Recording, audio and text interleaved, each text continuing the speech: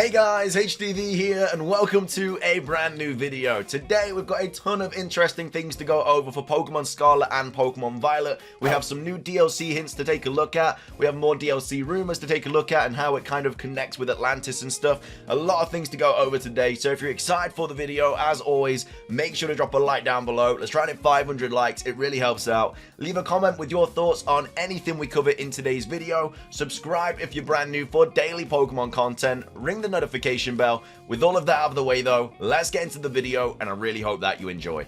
So, starting things off, let's take a look at these new DLC hints for the Generation 9 games. Now, as we are all aware, Billy and Onir are two characters that are most likely going to be returning, but I guess appearing in the DLC. They are already technically in the game, they're just not in the base game. They're going to return in the DLC. They've got text dialogues and stuff in the code, and they're most likely going to be related to Nemona, if not Nemona's parents. And Billy and Onir is a play on word of billionaire, which means they might even have like Goldengo and stuff like that. But either way, we have Light here talking about their house and an actual interesting situation that happens at the very start of the game. So we have Light tweeting out saying, actually, there was a moment in the game where the parents of Nemona appeared in the game. Early game, after the first Nemona fight, Clavel will wait for them in their house. Billy and Onir, a millionaire couple with a new rank of trainer, will we battle them with Goldengos? So originally, when you go to this house, we've got the maid here who says, you know, my apologies, both the master and mistress of the house are away at present. But if you go to the location at the very start of Scarlet and Violet, after you beat Nemona for the first time,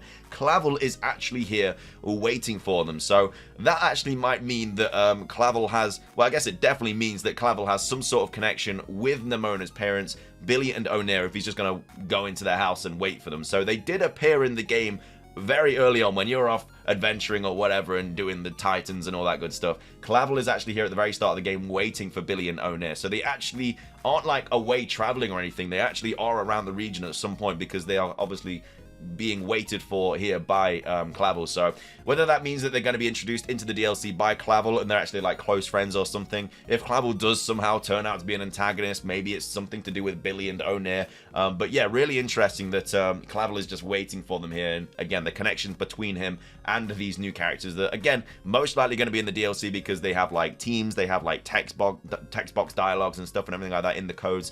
Yeah, really interesting to see what like kind of part Clavel plays with them in the DLC. I'm sure he will be the one that introduces them, or Nemona, I guess. But either way, small little DLC hint there to take a look at. Really, really exciting nonetheless. Next up, we have this to go over, which again is just a mini little hint or something, or rumor or whatever, by Soul Silverart talking about Salvatore, basically saying another mystery of Pokemon Scarlet and Violet is Salvatore. So I know he's about languages, but as an Italian, his name stands out. Salvatore is Savior is an Italian name, which again could be a small hint to Generation 10. A lot of people believe that we might be going to Italy in Gen 10. Could also be Germany. It could be another European country. We've had quite a few European countries lately. You know, we had France in Gen 6. We had the UK in Gen 8. Gen 9, we had like Spain/Portugal. So we could very well get another European country in Generation 10, and that could be Italy. But in other languages, it's more Sage. Then he primarily speaks French. Why? Then he gives you a Galot Meowth, which is British. So he's just kind of, I know he's the language dude and he's talking about all these different languages, because we already covered this in a previous video talking about how he's saying that there's a lot of different languages out there that have a different word for the I guess the word hello, and he's talking about like France and Germany and Italy and like China and stuff like that. And so we all think that he's referencing like other regions in the game, which we eventually will get to go to. He then also goes on to say, then he has a mini obsession with Pikachu clones, which could be Japan, and then he has an Alolan Raichu, which is Hawaii. Basically, I think he's a world traveler or an enigma. His Italian name bothered me so much, though, when he speaks so much French. Most likely they just mix these things up. He speaks English in Japanese, so I assume he's from Galar with the Galarian Meowth. Usually this kind of NPC will be changed into Spanish or French in the English localization, but he can't speak Spanish here because he's a foreign teacher who teaches languages. Yeah, this all comes down to the localization/translation teams in the end, but they can add in their own cheeky hints too. I've seen it before. He's annoying either way. So yeah, could be a small hint towards like Generation 10 or whatever. Again, we're at the very beginning of Generation 9. I know it's weird to be talking about Generation 10, but they always drop little like hints and stuff for future generations. Like even Quaxly's Pokedex entry says that it came from like a different location or like a different region or whatever. There's a load of different things in Generation 9 that are pointing to other regions that, again, if it was a region we'd already discovered, it'd say like originally found in the Johto region or something. But when they say it comes from a region far away or something, it usually means a region that we haven't actually discovered yet. So moving on, we also have this to take a look at, which again is a small little kind of hint towards Atlantis and stuff for the Generation 9 games DLC. But we have Salvatore here saying, in case you had any doubts, the Area Zero was based off Atlantis. So it says, read this. So Koraidon's ability is named Orichalcum in all 5 languages of Europe. In Japanese, the ability most likely refers to Hi Aroke, and I've definitely butchered that, I do apologize. Both are imaginary metal allegedly used by lost civilizations. A good parallel had been drawn here with a good sense of interculturalism. So again, talking about the whole Orichalcum thing here in all the different languages and stuff. And yeah, we have Salvatore talking about like the lost civilization and stuff like that, which would be really cool. So yeah, don't know if there is kind of any sort of reference to Atlantis or anything. Again, Atlantis is the code name of Paldea and stuff, and it could be the whole reason behind like DLC and stuff. It would be really cool, and I'd love to see that. But again, we have so many different hints going to so many different things for the DLC.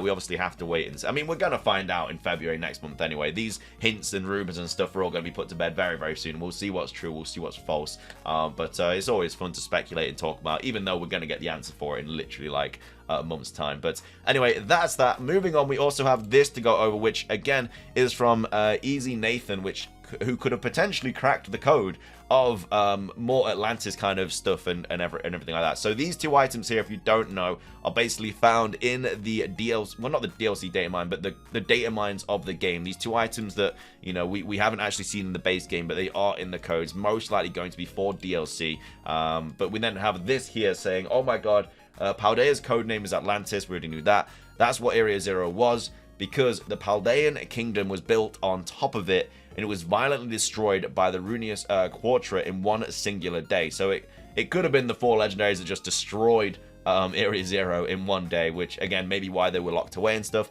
But much like how Atlantis was destroyed by earthquakes and fires within a day, and Orichalcum, which is a rare metal found in Atlantis, is referenced in Koraidon's ability. And Miraidon's ability, Hadron Engine, references that a hadron is a composite subatomic particle made of 2 or more quarks held together by the strong interaction, hence quark drive. That's what Sada and Turo are trying to do, recreate the Atlantis of Paldea. And again, these items may have something to do with that as well.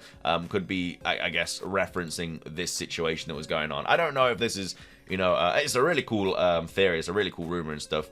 And then we also have Pokemon Mythologist saying it could be the case, such as when reviving fossil Pokemon. When Miraidon and Koraidon were brought to the present, they lose their true forms or missing some of their power. Maybe with these stones, Pure Orichalcum or the Bosonic Stone, I don't know, they can retain it. That would be great. But yeah, a really cool theory nonetheless. But yeah, definitely could be explaining what these items are for. These items could literally be really, really important or literally nothing. But, you know, the fact that they are in the game, that, well, in the coding, they're just not available yet, means that they are going to probably be available in the DLC. No idea what they're for. Again, this one could be like a prehistoric one, and this one could be like a futuristic one, because this looks like it would like glow and stuff again, which again could be, I guess, futuristic. Also the colors of like purple as well, which is like violet, which is obviously like futuristic. And then we also have this, which is the colors of like orange and stuff, which is, you know, like, I guess, dirt and fossils, and then obviously it's the color of Scarlet. So again, it could mean that, but I could just be completely off target here and just talking nonsense. But either way, that is going to be everything for today's video. I really hope you guys enjoyed it. If you did, please do consider hitting the like button down below. Let's try and hit 500 likes. It really, really does help out. Leave a comment with your thoughts on everything we covered in today's video. What are your thoughts on this DLC hint? Do you think that Clavel is gonna have quite a big connection to Billy and Onir? I mean, this probably explains why he has like quite a strong relationship with Nemona at the start of the game, and you know how he's like with her, and she introduces you, and he introduces you to her and stuff like that. And it's because obviously he's like watched her grow up and stuff. Maybe because he's been friends with Billy and Onir for like years and years and years. But yeah, he was clearly waiting for them here, which is very, very interesting. But yeah, let me know your thoughts on all this, and then your thoughts on this, your thoughts on this, and then your thoughts on this as well. But anyway, that's everything from me. If you enjoyed, drop a like, leave a comment, subscribe subscribe if you're brand new, ring the notification bell for daily Pokemon content. It's everything from me, though. Have a fantastic rest of your day, and until next time, peace.